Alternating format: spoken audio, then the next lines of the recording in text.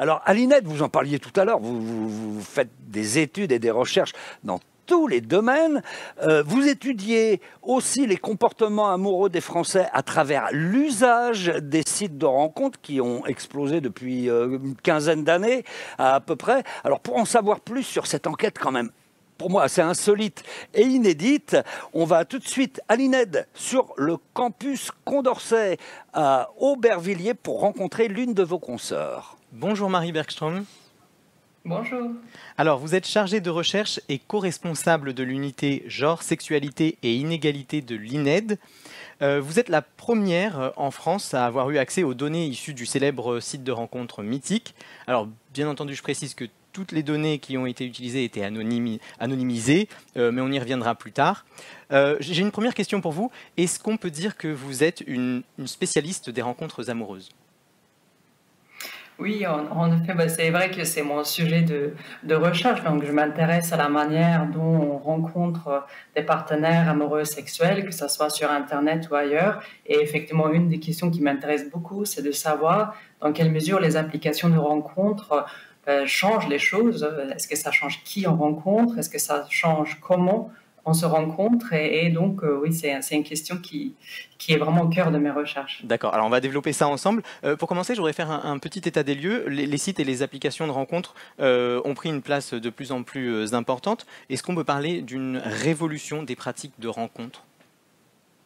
Je pense pas que révolution soit le bon terme parce que déjà, c'est important de le dire, les applications de rencontres, ça n'a pas remplacé l'ensemble d'autres modes de rencontre. Ouais. Donc, c'est pas du tout un remplacement. Et de la même manière, en fait, ça n'a pas bousculé complètement toutes nos pratiques et toutes les normes en matière de sexualité, de conjugalité.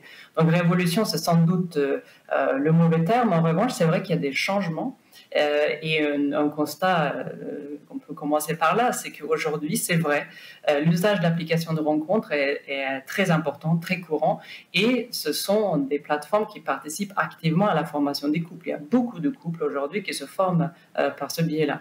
D'accord. Alors les applications permettent d'élargir les rencontres au-delà de notre cercle d'amis, mais est-ce que ça permet aussi d'élargir au-delà de notre cercle social ? Non, là, vous faites une très bonne distinction parce qu'effectivement, ce sont des services, des plateformes qui permettent de rencontrer des nouvelles personnes, de rencontrer des gens qui, a priori, on ne connaît pas par ailleurs. Donc, c'est très juste, on va au-delà de son cercle de sociabilité, mais en effet, ça ne veut pas dire forcément aller au-delà de son milieu social. C'est-à-dire, il y a une tendance à être attiré par des personnes et à aller vers des personnes qui nous ressemblent socialement. Donc, en sociologie, en démographie, on parle de homogamie, c'est-à-dire c'est une tendance qui veut que dans les couples, les partenaires se ressemblent d'un point de vue de position sociale, c'est-à-dire ils ont un diplôme à peu près similaire ou ils ont un métier qui se ressemble. Et, il y a beaucoup de chercheurs qui se sont posé la question de savoir, ben alors est-ce que les couples qui se forment sur Internet, est-ce qu'ils sont plus ou moins homogames que les couples qui se forment ailleurs? Et alors la plupart, ils arrivent à la réponse qu'en fait ça ne change pas grand-chose. En France, les couples qui se forment sur ce site des applications ne sont ni plus ni moins homogames que d'autres couples, toutes choses égales par ailleurs, avec une exception, c'est les couples qui se forment sur le lieu de travail ou le lieu d'études. Ces couples-là, c'est vrai, ils sont plus homogames que les couples formés sur Internet. Mais si on compare avec d'autres lieux, on ne voit pas de grande différence. Donc finalement, oui, on va au-delà dans son cercle d'amis, mais pas forcément au-delà de son milieu social. D'accord. Alors les applications de rencontres changent quand même le processus de formation des couples. Qu'est-ce que ça change précisément ? Alors, il y a plusieurs choses qui changent, mais il y a une chose qui est très nette, c'est une vraie spécificité de ce mode de rencontre, c'est que les choses vont beaucoup plus vite. Il y a une vraie accélération de processus de séduction et de rencontre. Donc, c'est quelque chose qu'on voit très clairement avec les enquêtes qu'on fait à l'INED. Il y a une enquête qui, justement, cherche à comparer les couples selon la temporalité, c'est-à-dire le temps qu'il faut entre la première rencontre et le moment où la relation devient sexuelle. Et ce qu'on voit, c'est que les couples qui se sont formés via ces plateformes de rencontres, la relation devient beaucoup plus rapidement sexuelle que, par exemple, les personnes qui se sont connues via le travail ou sur le lieu d'études ou dans une soirée, etc. Ouais. Alors pourquoi? Je pense que c'est assez intuitif en fait quand on rencontre quelqu'un dans un contexte de cercle d'amis à la fac par exemple, on n'est pas très certain sur ce qui va se passer, on ne sait pas forcément si l'autre est célibataire, on ne sait pas si on plaît à l'autre ou pas, donc il faut un peu tâter le terrain.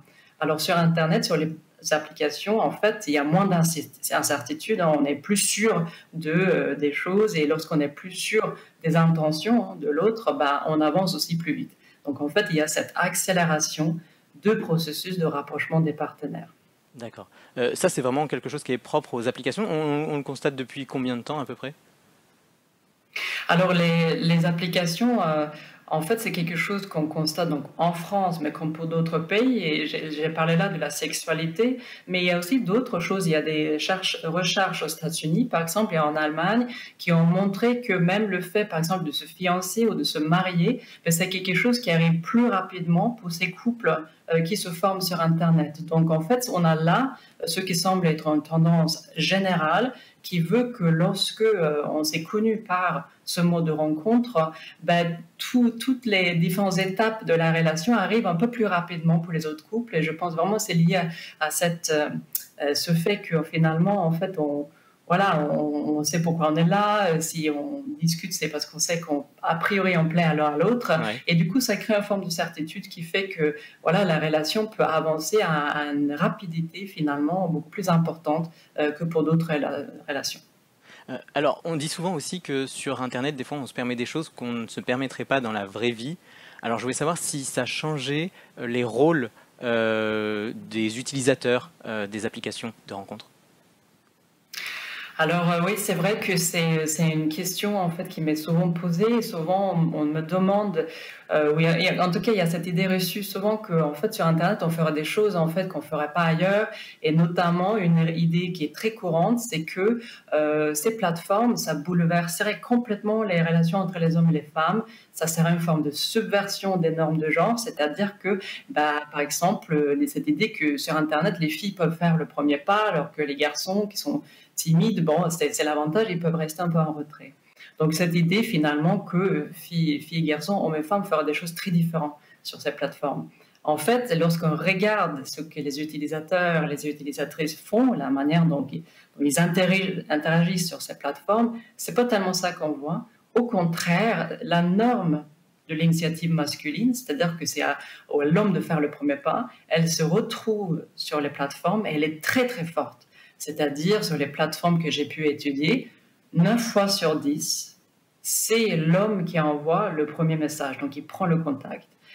Donc, ça veut dire que seulement 1 fois sur 10, c'est une femme qui prend le contact. Donc, on voit là que finalement, ces codes de séduction qui nous semblent très anciens, traditionnels, etc., finalement, ça n'a pas du tout disparu. Au contraire, on les retrouve sur Internet, voire même que ce sont des tendances qui se renforcent sur Internet. Donc, encore une fois, ça ne bouscule pas tout, ce n'est pas une révolution. On retrouve beaucoup de comportements en ligne qu'on avait déjà constatés hors ligne. D'accord, et on voit bien que finalement, Internet n'est pas un monde à part, c'est un peu une continuité. Alors j'en viens aux données que vous avez récupérées de l'application Mythique. Justement, quelles informations vous avez récupérées sur les usagers ? Alors, ce qui est vraiment très important de souligner, c'est que ça a été une collaboration scientifique qui a été très encadrée.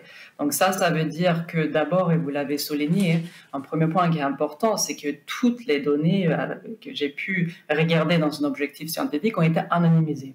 Donc, je n'ai jamais eu accès à l'identité des personnes, je n'ai jamais eu accès à des choses qui pourraient me permettre d'identifier des gens. Donc, aucun accès, je n'ai jamais vu de photos, je ne connais pas les pseudos, je ne connais pas la localisation, rien de tout ça. Donc, c'est vraiment des données qui sont anonymisées, agrégées, en partie censurées et qui permettent une analyse scientifique. Donc, ça, c'est un premier point, et même chose, je n'ai jamais pu accéder les communications des personnes. Donc c'est vraiment une analyse, on va dire, très macro, de regarder comment est-ce que hommes et femmes se présentent, quels groupes interagissent avec qui, et jamais une analyse en fait qui pourrait être identifiante. D'accord. Et de la même manière, en fait, comme dans toute analyse scientifique sur des données de ce type, il y a vraiment évidemment un enjeu de sécurité aussi des données qui sont sur des serveurs sécurisés. Donc c'est des informations sur des comportements de contact, mais encore une fois avec une analyse très, très macro. D'accord. Alors j'ai une dernière question pour conclure. Quels sont les avantages de ces données par rapport à des enquêtes plus traditionnelles faites habituellement ? Alors, les enquêtes qu'on fait habituellement, notamment à l'INED, c'est des enquêtes par questionnaire. Donc, on va aller interroger les individus en leur demandant qu'est-ce qu'ils font, qu'est-ce qu'ils pensent. Lorsqu'on analyse des données de plateforme, c'est très différent. On ne va pas aller voir les gens, on va plutôt regarder directement quels sont leurs comportements, en fait. Donc, ça peut être très utile, notamment pour étudier des comportements, les gens n'en sont pas conscients ou bien ils ne veulent pas nous en parler. Donc, en fait, ce sont des analyses, effectivement, on peut observer finalement ce que les gens font plutôt que d'aller leur demander directement, et ça donne accès à tout un tas de choses, en fait, et notamment ça permet d'étudier des choses, des sujets un peu sensibles, c'est-à-dire des comportements aussi sexistes, racistes, des choses que les gens n'en parlent pas facilement, mais en allant regardant comment ça fonctionne sur les plateformes, on peut quand même voir qu'il y a des inégalités et qu'il y a des comportements aussi discriminatoires. Donc ça peut être utile de ce point de vue-là. D'accord, très bien. Merci beaucoup Marie Bergström pour toutes ces explications.